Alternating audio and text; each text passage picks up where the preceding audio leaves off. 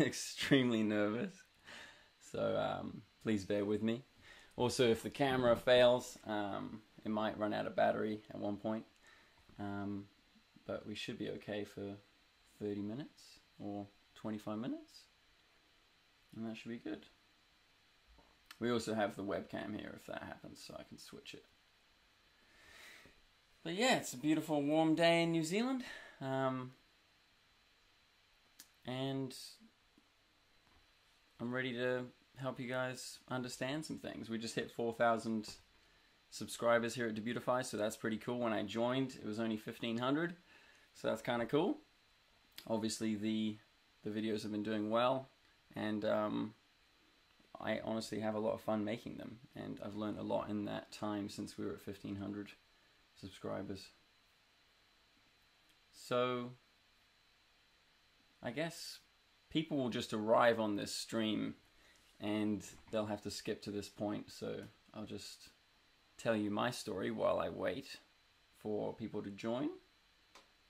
There's a guy here who's speaking in maybe French, but I'm sorry, I don't know what you're saying. The only thing I can say is ça va bien, je m'appelle Connor, so pardon, merci. Mr. Coheed Bria, welcome. It's just me and you, bro. If you've got any questions, if you can hear me as well, I'd love to know your feedback. I can rearrange the mic and all that jazz just while we're getting started. Let me know if it's terrible quality or whatever. But yeah, I was just going to say a little bit of story behind me. When I joined Debutify, I was coming back from London. I was making audiobooks in London during the pandemic, and I managed to get out of the city just before it went into lockdown. Like, flew back to my home in New Zealand and applied for a job at Debutify, coming in loud and clear. Wicked. That's good. And I was completely, didn't really understand e-commerce at all. I was like, there's this whole new world that I was exposed to when I joined the company. And now being the content producer, I'm very lucky to have my own store and understand so much about the back end of advertising, marketing, and business. So there's been a lot of learning in the last year, and it's quite ridiculous how much you don't understand about the world, and then you just get this world view that opens up. Very, very cool. So if there's anything that I can impart now, please let me know. You're about 30 seconds behind me, Mr. Coheed Bria. So I'm sorry if we're out of touch. But thanks for saying that I'm coming in loud and clear. I have a couple of questions from Facebook, so I could read those out. How to make upsells convert?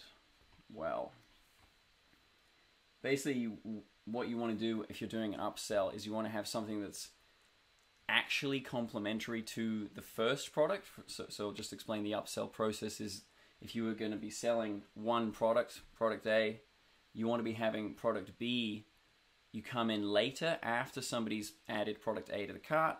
You can come in with product B and say, hey, why not get this product as well?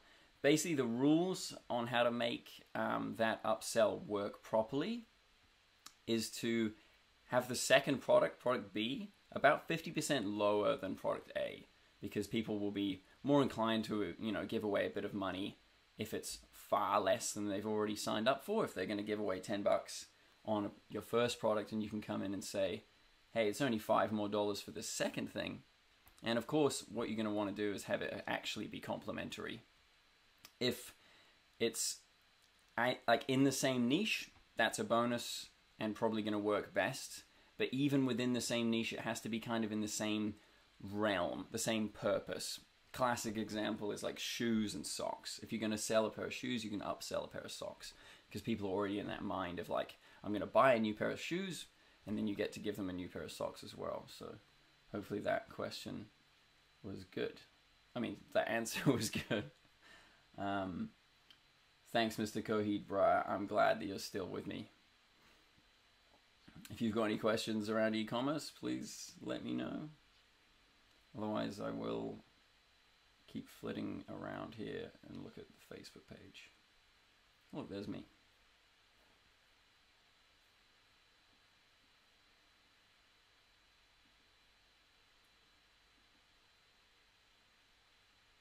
Is dropshipping still viable? Is a question I have. Yeah, of course it is. Probably the best example of dropshipping is Amazon. Amazon being the world's biggest, one of the, sorry, I don't actually know if it's the world's biggest company. It probably isn't. I think Apple is the world's most profitable company. Amazon employs the most people. Maybe it employs the second most people behind Walmart. Doesn't really matter, kind of irrelevant. But yeah, dropshipping is totally still viable. I think one thing that I see on lots of these live Q&As is people failing, like, because they've put in, like, there was a guy who commented on a video a couple of weeks ago and he said, oh, I put in like $600 and my product like didn't get any sales. I think it's a real slow burn with dropshipping. You really have to like be patient. It can sound like a get rich quick scheme, but really it is about building a community. Like, you can call it a brand, you can call it a business, and then you can move into actually making sales. It's not going to happen overnight. People put $600 into Facebook ads, and it's like, it sounds like it's going to work because you're giving out value with a product, and you've got quite a large reach through that $600. You're going to have quite a large reach through the paid ad. But if people don't know who you are, if they're not in your community yet, then they're not likely to buy from you. One of the main principles of advertising is trust through association. So you buy Coca-Cola because you know and you kind of love and trust Coca-Cola subconsciously, even if you don't like them and you don't buy from them. Pretty much from birth, we've all been exposed to Coca-Cola ads, and that's why we know Coca-Cola. It's just because they've been spamming us through so many different sales channels, so many different advertising models, that we've seen them so many times that implicitly we kind of trust them, and that's why we gravitate towards them in a store. When we see like soda, lemonade and stuff, then we can go through and buy Coke over the local stuff. Sorry, I've just noticed a couple more questions here.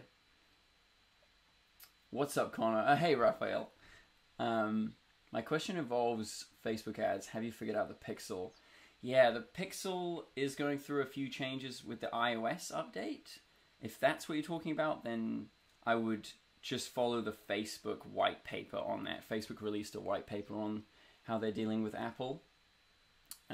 It's pretty self-explanatory. You can go in there and just follow their step-by-step process to understand how to set it up. But yeah, the pixels can be detrimental. I think one thing that has helped me with pixels is just setting it up and coming back to review it a few times throughout the week. Because it's essentially trying to grab traffic from your store and it's not trying to grab traffic, it's trying to get data from your store. And if you haven't got too much traffic there, if you're a beginner, then it's not going to connect properly. So what I've done in the past is just set it up, refresh the page on my store a bunch of times, and then go through and see if it clicks and connects. It is really detrimental. So, Mr. Coheed, good luck with your Facebook pixel, because I know they're such a mess. They're honestly so annoying. How many ads should I start with, and is there a set price I should start with? You could, if you've got time, you should put in the chat what your product is and maybe your niche. If you're going to ask a question around things like that, guys, I'd really appreciate a bit more information into what you're selling, because Facebook ads is so it's just unique to what you're selling, really. So my strategy, I've just released this last week, so I'd very much encourage you to look at that. It's got a great breakdown of what you should be looking for. For how many ads, I would just go with one straight away. and duplicate it 4 times and change those 4 to different kinds of interests, you know. Thanks, Mr. Kohita Bra. I'm glad that you liked that tactic. Yeah, I think start slow with Facebook ads. Don't get worried about how many you should do. Like, don't get too worked up about like the rules. Just concentrate on getting good creative. That is like literally the one thing that you have control over that is different. It's the only variable that can make you stand out. Everybody else is doing a CBO campaign with $20 daily budget, and they're putting it in to Facebook ads with images and video and copy. So images and video and copy are the things that you should try your very best to make stand out. You know, if you can't make a video yourself, jump on Upwork, get somebody to help you with it. There's also a couple of video creators like Dropship Spy. You can run in a few images. You can just take like the AliExpress images, or if you've taken your own photos, pop it in there, and they'll make you a free slideshow. You have a 30-day free trial with them though. You have to pay like $20 a month for that one, Dropship Spy. But yeah, how many ads you should start with? Probably just 1 and then duplicate it 4 times. But also you could start with 5 straight away and run out. You basically just want to get the data. So if you started with 5 or 1, you want to see what is working the best. Oh, hey, Friedrich Stenschik, you've been messaging me on Instagram. Nice to see you on the stream. That's pretty funny. Hope you're well, Friedrich, and hope everybody is well who's listening. Thanks for coming to the live. Beauty cleaner. I want a 7-figure winning product, bro. Yeah, 7-figure isn't going to happen overnight.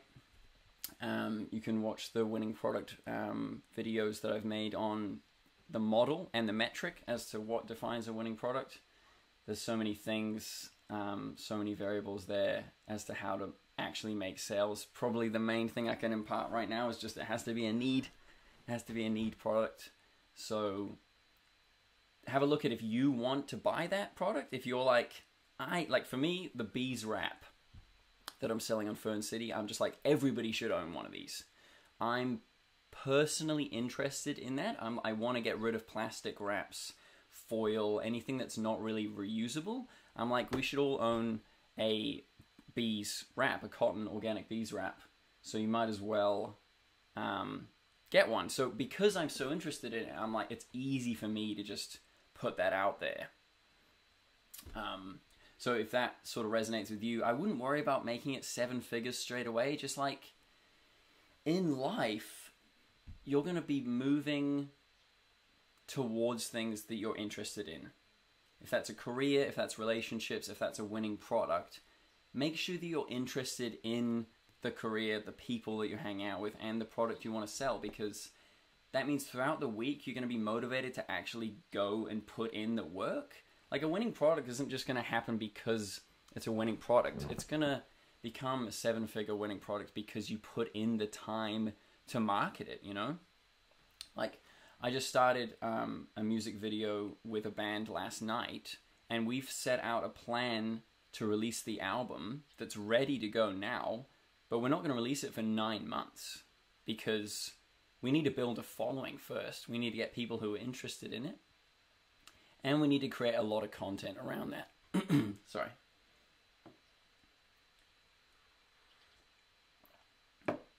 And we need to create a lot of content around the music. So photos of the band and things like that. That's what you need to do with your winning product. You need to start a following, start your store, and optimize your creatives. So take it slow. Don't dive in and think, oh wow, I've got like an LED rock, a salt lamp, and this is just the one that's going to make me $1 million. It could do. Of course, don't be disheartened, but please bear in mind that like things like that don't happen overnight. But yeah, hope that answered your question. I can't even remember who asked that. Oh, beauty cleaner. Hope that answers your question, beauty cleaner. I'm just going to scroll down. So it's not a bad signal following more people than having followers. And what is the plan about all the followers for Fern City? Yeah, that's a good question. From the competitors that I've looked at, they also have a higher following than who they're following. I feel like when you're following people on Instagram, you can get caught up in that kind of like, oh my God, I'm following 10,000 people and I only have 2,000 followers. But don't focus on that, because like at the end of the day, you'll be surprised about how few people actually come into your page on Instagram. Not that many people are actually going to be coming into your page and being like, oh, he's got 10K followers. Oh, sorry, he's got 10K following, but he's only got 2,000 followers. Like, not many people are really looking at that. They're only seeing your posts as they come up in their own feed. So just be happy that you've got 2,000 followers. I mean, maybe you don't. I've only got 380 on Fern City. I've only got like 1,000 on my personal. It's not a massive amount of people, but like if you put all of those people in a room and you were like standing in front of them and telling them something, like that's crazy. I've only got 18 people on this stream. You would be very lucky to be talking to 380 or 2,000 people. So probably just have a bit of stoicism there and be like, I'm grateful for the followers I have. Don't get too worried about having more. Don't be too worried about following more people than you have following you. It's not that major of an issue. What would you say is better for a beginner, influencers or Facebook ads? David Haggerty. Good question. I honestly think influencers is pretty fun. Like, it's a lot more intuitive than Facebook ads. Facebook ads is quite technical. So if you're somebody who's extroverted, who doesn't mind sending out messages to influencers, then you should do it. Probably the tips I have for influencer marketing is like, don't get disheartened or upset when no one replies to you. Like, I've just been trying to influencer market the Fern City store, and well, actually just the Fern City products. And so many people just don't reply. They just see your message and you're like, come on, this is a good deal. Like, I'm literally coming to you with paid work. But some people just don't want to do it. So to vet that, find people who actually have already done it in the past. Go on like Clout HQ or Falnax. It's sometimes hard to tell. Also, Dropship Spy has a good influencer tool. Because it's really tricky when you message people and you don't know if they already or do not do influencer marketing. So yeah, to just save yourself time, just figure out if they do it already. It's annoying on Instagram because you can't see, because usually what happens with the influencer marketing is they put a post up for 24 hours and then they take it down. So for the layman like you and me, it's like you don't know if they've done it in the past. So if you can figure it out, if you can figure out if they've done it in the past, then you'll be good to go. And also, yeah, there's free Facebook ads tutorials on our YouTube channel, Debutify, and if you can figure it out, then it's going to be good in the long run, because probably going to get a big reach. You can sit in your laptop and you can target the whole world right from there. Same thing with influencer marketing, of course. You can target lots of different people. So hope that helped. David, I think he's gone. But yeah, I hope that was useful. Hey Micah, it's good to see you guys on here. Frederick Stenscher says, follow Connor on Instagram so we can help him reach more than 1,000 followers. What a guy. What a guy. Thank you, Frederick. Yeah, that would be lovely, but you don't have to do that. Okay, Frederick's got a question. Also with influencer marketing, make a contract. Like, make an agreement that says exactly what is being posted. Otherwise, some influencers don't hold up their agreement. Talking out of my own experience. Yeah, that is a really good point. The first paid video that I ever did was for this fine dining restaurant just down the road in Takapuna. I was 17, walked in there with my first company, my two other partners. You know, we weren't, it wasn't really, it was a real company. It was like a legal company and stuff like that. But we had no idea what we were doing.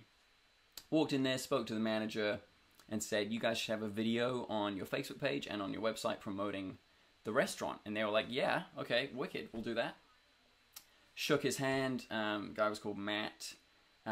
We agreed $250 for the video. Didn't really talk about how long it would take to shoot the video, how long the video would be, and when it could be delivered. But we actually did it all. It turned out to be a great video. We even hired like people to make the music for it, and we edited it and we gave it to them, and they didn't pay us. And that was really kind of crap, because we were naive and we kind of wanted to be paid for our time. So yeah, Friedrich is right. You've got to be on the same page with influencer marketing. That's probably the downfall, because with Facebook ads, you can just give them your money and they will just run it through and they'll send it out. But with influencer marketing, you are dealing with the human error aspect of it.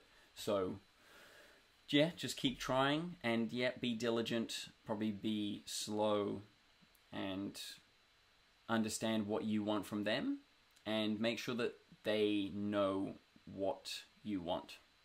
So price, how long the post is going to be up for, and what the copy is going to say. Like, do you want them to funnel towards the product page, or do you want to get followers on your own Instagram page? Make sure that they understand that so that they can tailor to it accordingly. Yeah. But thanks, Friedrich. That was really great for you to say. Yeah, unless Facebook bans your ad. That's probably another topic we should touch on, is like, Facebook can just kick you out, eh? And that is really quite annoying. So, honestly, workarounds for that is, there's tutorials on YouTube. I should probably put my own up, but I'm not the authority on that. I got Facebook banned earlier last year. So, if it's annoying, I mean, it is annoying. It's not if it's annoying, it's bloody annoying, actually, when they cancel you. Because you can only request a review. And there's not much you can do about it. So, yeah. There's more than Facebook ads, you know, at the end of the day. It's probably the initial beginner dropshipping sales channel. But if you've been banned, you know, don't give up dropshipping. I see that on the comments section in our Debutify videos. Is like, I tried Facebook ads and I got banned, and now I've spent heaps of money on it. Like, request a review and try and start another ad account. You know, like you might have got your ad account restricted, but you can start another ad account. You can also start another Facebook account, and then you'll have, I think you can have like 5 business managers, or maybe 3, but that's more than one. Either at the end of the day, it's more than one. And if you've got one banned, then just try again. And even if that fails, you should try another sales channel. You've got Google ads, YouTube ads, Instagram marketing, and word of mouth marketing. You know, you should try and build up your SEO for your Shopify store.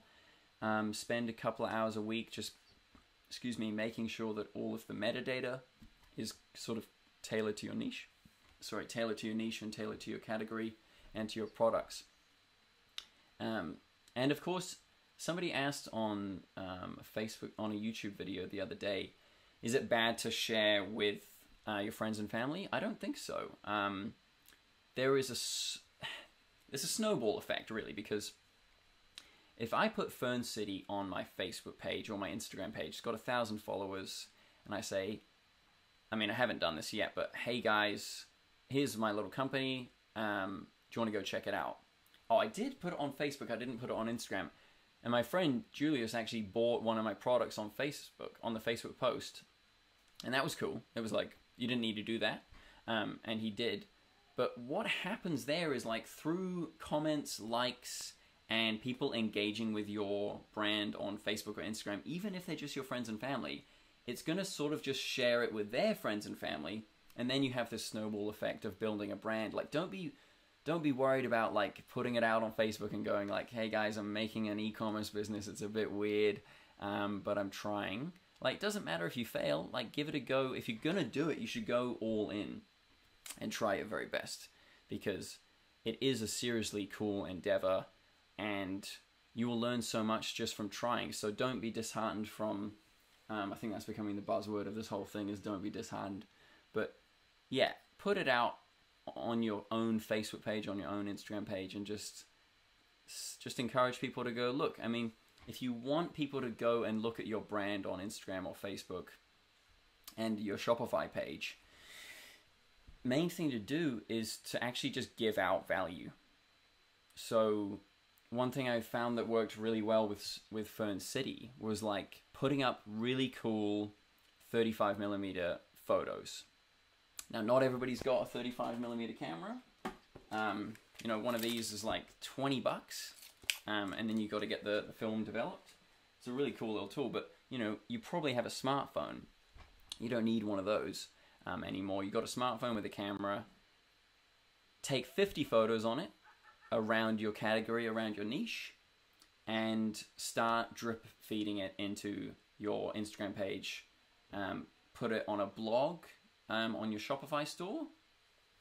And that's just the value-adding marketing idea, where you just give out free, cool, engaging, and useful content and share it with your friends and family. And if it's useful and engaging and valuable, then they will share it as well. Like, great thing to do is probably like funny things, like funny videos, funny jokes, current political affairs, where you're just like doing a bit of like stick and poke, like making fun of people or making fun of yourself, like don't be too harsh.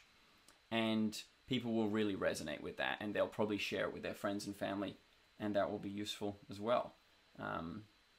Yeah, that would probably be a good thing to do. All right, just going to check the next question here.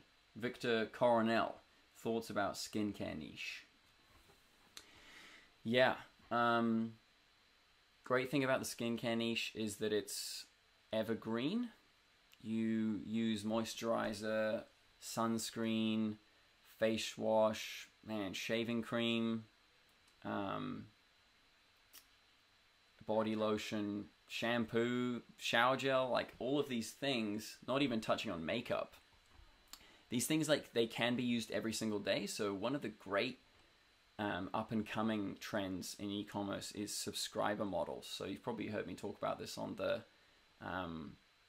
Shopify playlist, but subscriber models, like if you go and look at like Onnit, Joe Rogan's company, subscribe and save, you know, buy a supplement now for $50, or you can buy it for $40 if you want to buy it again next month at this time.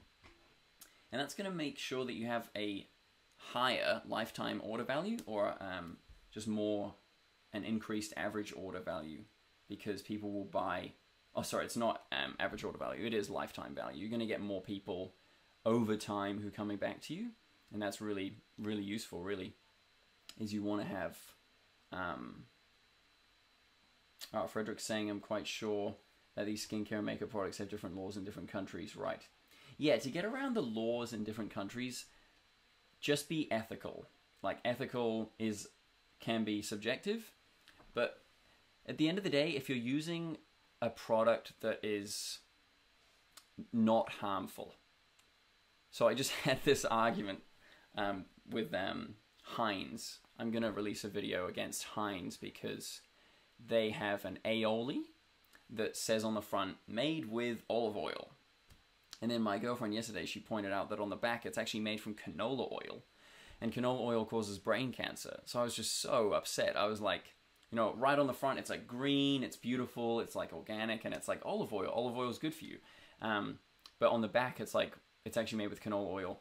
So if you can just find products in the beauty niche or in the skincare niche that are actually good for people, then you're not going to have any problems with the laws, because no matter what the regulations are in every country, there is a threshold throughout the whole world where things are non-harmful, like non-toxic, BPA-free, things like that aren't going to like destroy people's skin. Like, if you're going to go into the beauty niche, the skincare niche, you have to just be kind of diligent and make sure that these things aren't going to, you know, screw up people's faces. Like essential oils, people dropship essential oils and they can really harm your skin. People have different skin types as well, so it's probably a little bit more risky than a product. You know, dropshipping something like this, just like a coffee cup, it's not going to harm people. So I'd be careful with that, of course. But yeah, thanks, Victor. That is it's a tricky one. Those are probably my thoughts on the skincare niche. Is just like, be trustworthy, be truthful, be transparent. Don't do what Heinz did and sort of put it on the back that it's actually got a different product in. Like it has olive oil in the aioli, but it's majority canola oil, which causes brain cancer. So be careful when you're eating that. But yeah, there are the 5 niches, the 5 like golden niches, and skincare is one of them. So jump into that if you're so inclined. Okay, Mike has asked, as a beginner, how many products should I start with? Should I just focus on one first, or sell as much as products inside my niche? Yeah, really good question, Micah. I would focus on one first, because there's lots to build out with a product. That's actually what I'm doing now. If you go on Fern City right now, there are like 5 or 6 products, but I'm really going ham. Sorry, that's a New Zealand phrase, going ham. Like I'm really putting my energy into the beeswax wrap, because it's the one I'm most interested in. And when I say putting my energy into, that means building out lots of different copy. So I spend about 30 minutes a week just writing copy for it. So that's copy for the Facebook ads, that's product page copy, and email marketing copy. So you want to be, like, by refining it week after week, you can really understand the features, the benefits, and how to actually convey that to people. So it's probably easier to just focus all of that energy on one product at the start. And that's not even mentioning like creatives. So taking cool product photos, or even just sourcing product photos from your competitors. Probably a good thing to do is just take your own photos. If you've got a smartphone with a camera, then you should take your own photos. And then building out video ads as well. And it's the same sort of thing as I was saying at the beginning, is like with that one product, you can get known for that product. Like my competitor, Bees Wrap in Vermont, much bigger than me, doing really good, but they only sell like one product. They have a couple of accessories off the product, but essentially they just sell like 20 to 25 different variations of the beeswax wrap. They sell different colors, different sizes, and that means that they really understand what that product is and they know how to sell it. So yeah, as a beginner, it's up to you. You know, don't listen to this YouTuber, but you would probably benefit from just like focusing on one product. That's probably true with lots of things in life, is like giving time to one thing at a time is going to benefit you, because you're going to understand it a lot more. And like I said at the beginning, if you're interested in that product, then that will benefit as well. Make sure that you really are keen to sell it, and that will help you as well.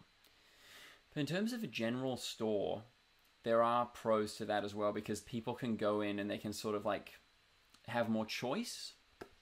If you do marketing of a product or a store on Facebook or another sales channel, they'll arrive on your store and they'll see lots of different types of products. And if they're all kind of like useful and valuable to people, then you might get a higher sales average order value, and you might get more sales because you have more options. But I personally think later down the line, I'll be focusing more on a wider array of products. Right now on the Fern City store, it's like beeswax wrap, a couple of organic toothbrushes, and that's like the main 2.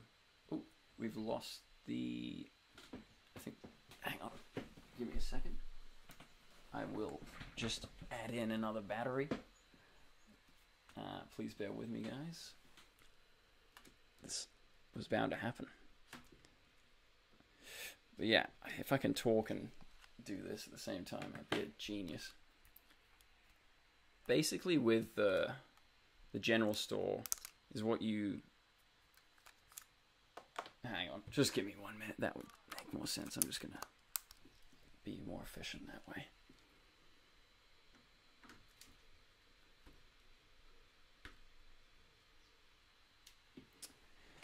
I think we still have the webcam, so while I set this up, you can still see me. Yeah, with the general store, you're going to just have more options. So it's definitely not a bad thing to do. Maybe I should just make this bigger while we work around. Hey guys, Is this nice and big? I will just jump back to the live. I only said I was going to do 15 minutes and now it's 35 minutes in. This has been really fun. Good point, says Frederick. A one product store or some more products to help the cross-selling and upselling. Yeah, that's kind of what I was going to say about the general store. Excuse me while I just connect the camera.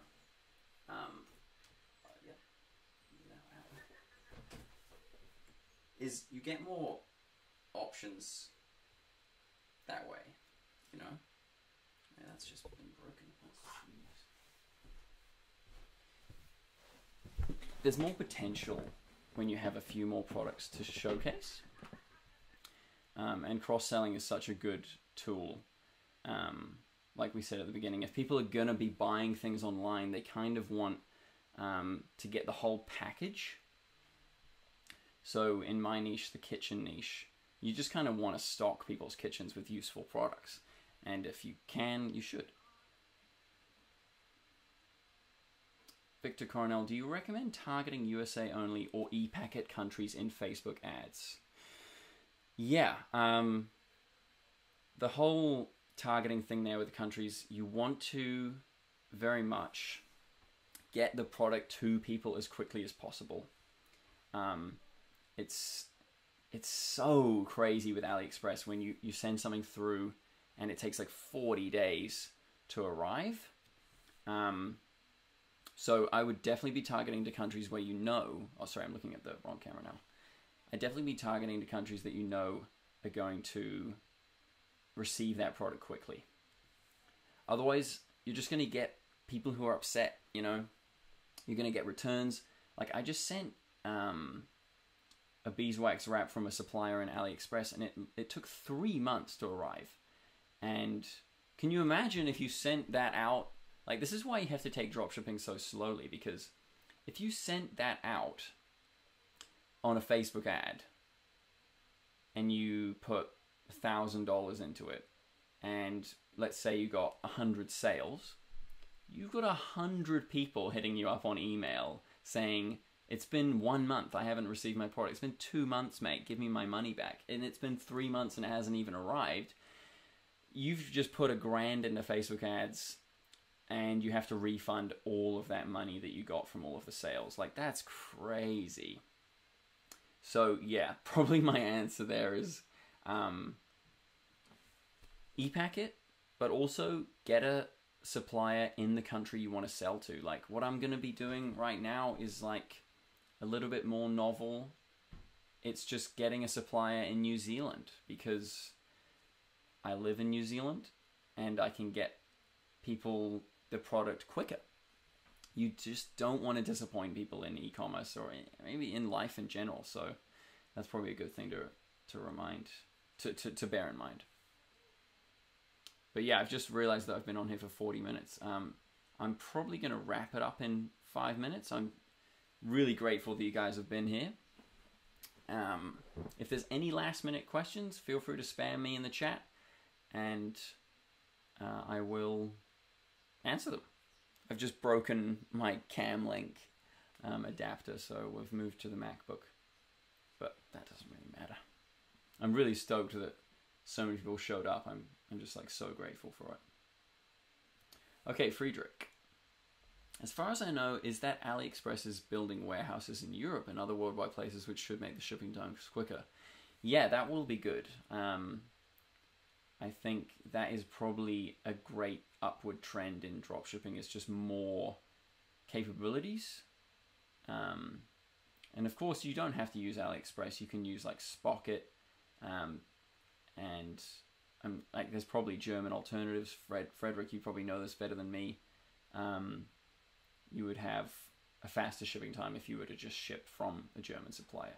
And that's another thing. It's like it ties into that interest thing where if you're going to be sending products from AliExpress, they're from China. Like, I'm not sure where you guys are all from, but I'm not from China. So if you're sending it from Germany, if you live in Germany, or me in New Zealand, you're kind of just a bit closer. And that means that you'll know a bit more about it. But at the same time, products can be evergreen across countries, so just try what's best for you in terms of AliExpress. And yeah, Frederick says Sprocket is great for the European market. Oh man, Mr. Coheed Bright, I'm sorry that it's been a month with your supplier.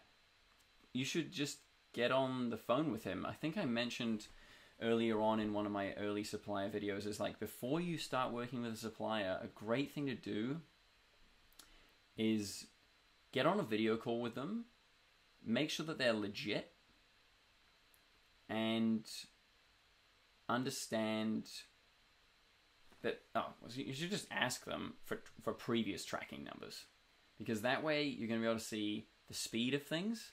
Like, if you can get a tracking number from New York to LA and see how long it takes them to process that, then that's a good like metric, and well, it's just a good metric to work off if you understand how fast it takes them to do things. And yeah, that's probably going to help you a lot.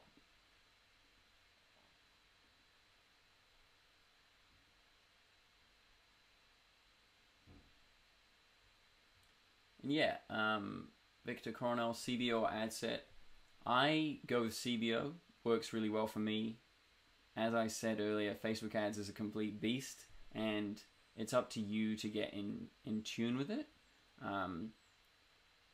With Facebook ads, it's so dependent on what you're selling.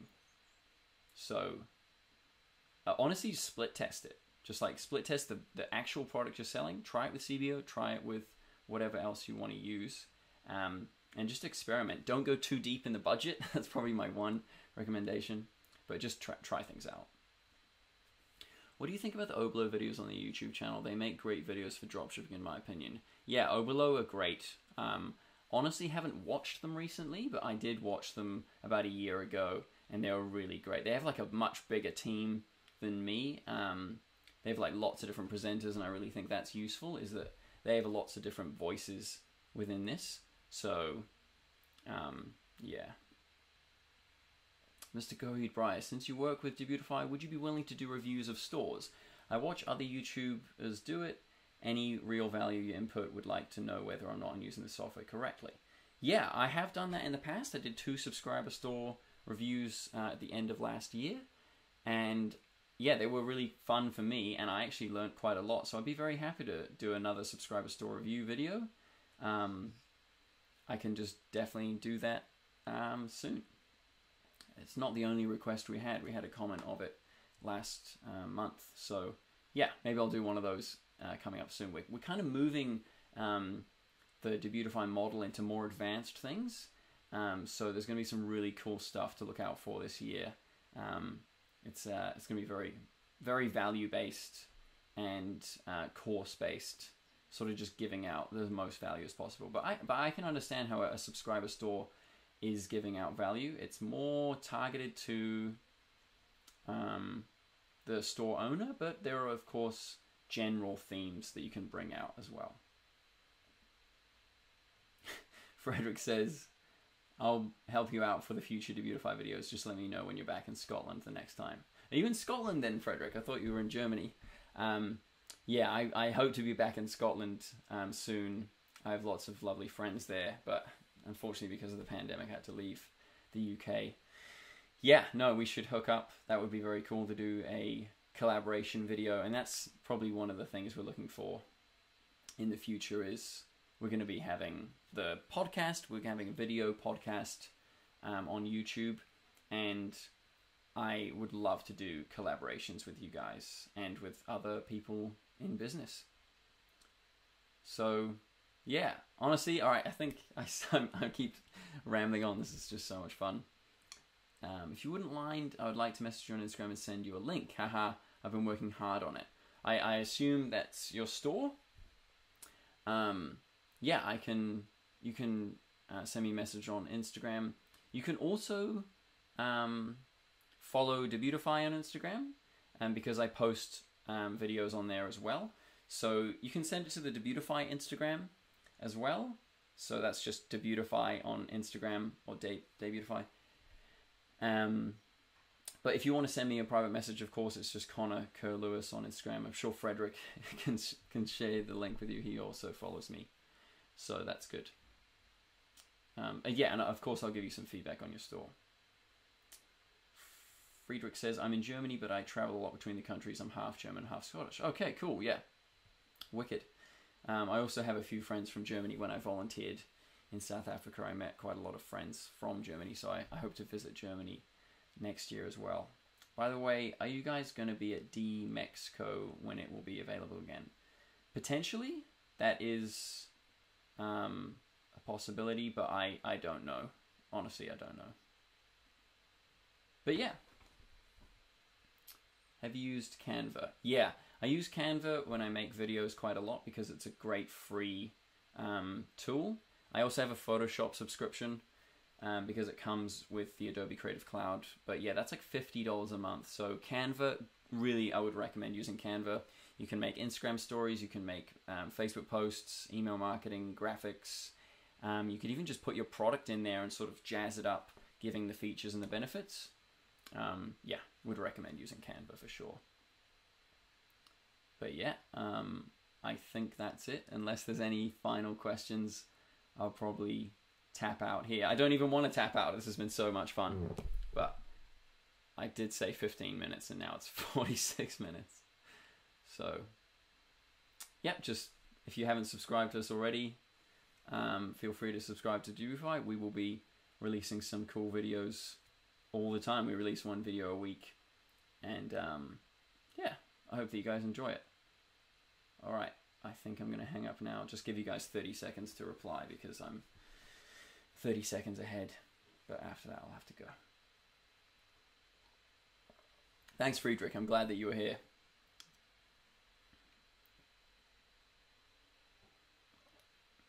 Yeah, see you next time. I hope to do these once a month. So feel free to send us a message on Debutify and we will take your ideas into consideration. Thanks, Mr. Coheed Breyer. Thanks, Micah. Thanks for watching. If you do want to see anything in the next one, just comment on any of the YouTube videos and I read all of those and we'll be able to include it. Maybe we could do something more intense next time or whatever happens. Okay, thanks very much, guys. And have a great day, wherever you are, whatever time it is. Get out and enjoy yourselves. And good luck with the hustle in terms of e-commerce as well. Yeah. Okay, see you guys.